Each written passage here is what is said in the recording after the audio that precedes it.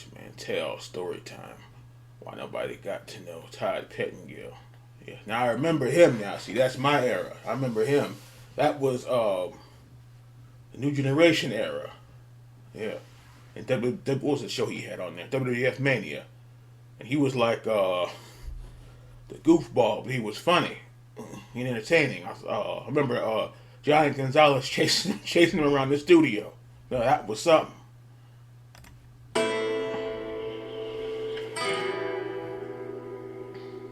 Jimmy from Oklahoma says, hello, Dutch and James. In the mid-90s, the WWF had a backstage interviewer slash merch hype man named Todd Pettengill. And in your house. For making cheesy jokes on air, and in my opinion, comes off as a fun and likeable guy. However, he seems to be hated by most fans, and as far as the boys go, I never heard his name come up in shoot interviews. Does Dutch have any stories about Mr. Pettengill? Thanks. That's some. Well, when I was there, I think he was on the... When did he leave WWF? Yeah. Okay, so with Todd, he got in there in 93. He left the WWF in 97, late night, autumn of 97. So he was sort of, during your initial run as New Generation era. He was there the entire time. But he only turned up live, I think, to pay-per-views. I don't really think he did the Raws or the Superstars or anything like that. He was a New York DJ and a very successful one at the time. So he was splitting jobs. He was on, not to cut him off, WWF Mania, Action Zone. I remember all that stuff back then. In the pay-per-view, the In Your House, and they first sold the house. I remember that. Sold the house. Gave away the house. Yeah. But I remember WWF Mania and Action Zone. I think that was when what's the name was Doc Hendricks. I was like, that ain't no Doc Hendricks. That's Michael P.S. Hayes. Come on, I know my wrestlers too good now. You ain't fooling nobody. They got me 1 second with Gold Dust until he took the wig off. I was like, okay, that's Dustin Rhodes. You had me for 2 seconds. Well, I never did an interview with him, I don't think. I'm not sure. But, he's not the type that would go out and party with the guys, so they wouldn't talk about him and, go party with him or anything. But Vince seemed to like him, and he did, what'd you say, he showed up later doing what? He only did the pay-per-views, and then he did studio stuff in Connecticut as well, so he do... Yeah, that's why I didn't run... Yeah. That's why I didn't run across it. Mania. If he was in the studio most of the time and not on the road, I wouldn't have seen him. But he was very good. And I think I saw an interview with him with somebody, a network guy, but I don't know if that was him or not. Yeah, Todd Pettengill, man, that's reaching way, way back. Yeah, you heard that name in a minute. Era, though. I mean, here's the thing with Todd, is he was an excellent presenter. Like, he never flubbed his lines. He was really professional. He didn't know anything about wrestling, really. He only know the bare bones, but he was a really good TV presenter. The only problem with Todd is that, one, he was making an awful lot of money. With the W, he's probably making $250,000 a year for just, living in Connecticut, doing these Saturday morning shows, and flying out for a pay-per-view once every 2 or 3 months, or every month after In Your House comes out.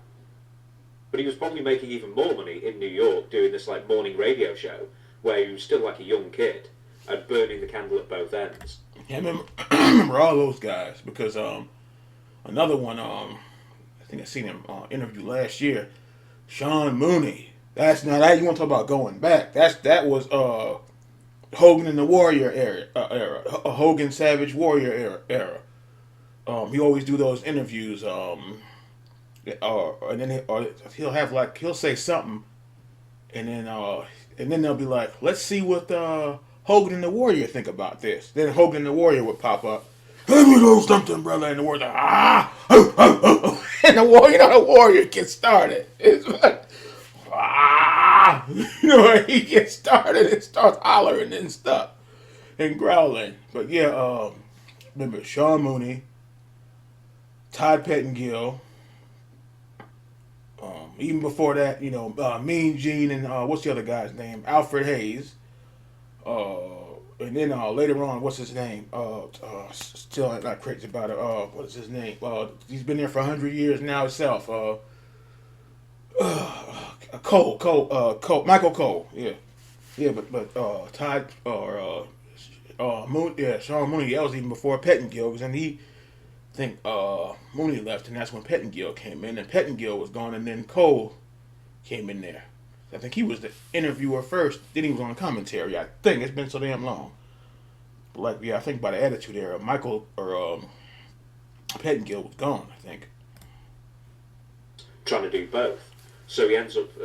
He left the WWF. The WWF didn't cancel on him, or end his contract. They wanted to keep him. The problem with Todd is that he was too plain to the kids, and I think that's a image problem when the WWF in late '97 wants to get more gritty and more real. So that was pre-attitude era. Off from each other, it was sort of the best for both parties. But I thought he was very talented. Okay, Todd Pettengill today. Is he still with us? He's still like haven't heard from him in a I mean, while. nowhere near as I don't know. He does do radio, but it might just be internet radio. Yeah, he's a smaller DJ. radio than in the '90s. Well, he wasn't a partier. He didn't go out and party with the guys. He didn't do drugs. He didn't mess around with his old lady or whatever. So It's good. well, People, this drinking and smoking business, okay, and humping behind your lady's back. Like, what are you doing? And I think the only person that didn't do anything was Nash, because he talks about that all the time. This man's been with his wife for like 100 years. So they said that road life is something else. I know he's a pretty good guy. What was he doing in the wrestling business? And how did he get there? Did Vince find him? I think so. Yeah, he was like in his early 20s or something when he was an interviewer. He had a mullet. No, he was very good. He's about 10 years older than me then. If he was that young. Yeah. 10 years older than me. If he was 23 in 93, yeah. He might be older than that, but if he was 23 in 93, yeah. But I remember he did have the longer hair, and I think he eventually cut the hair. So I even think he was on one of the covers of the wrestling magazine. Yeah, but so he said 90. Kevin. What did he say? He said 93. James 93 to 97. Yeah, he was there for a little while in 97. Yeah, because he was there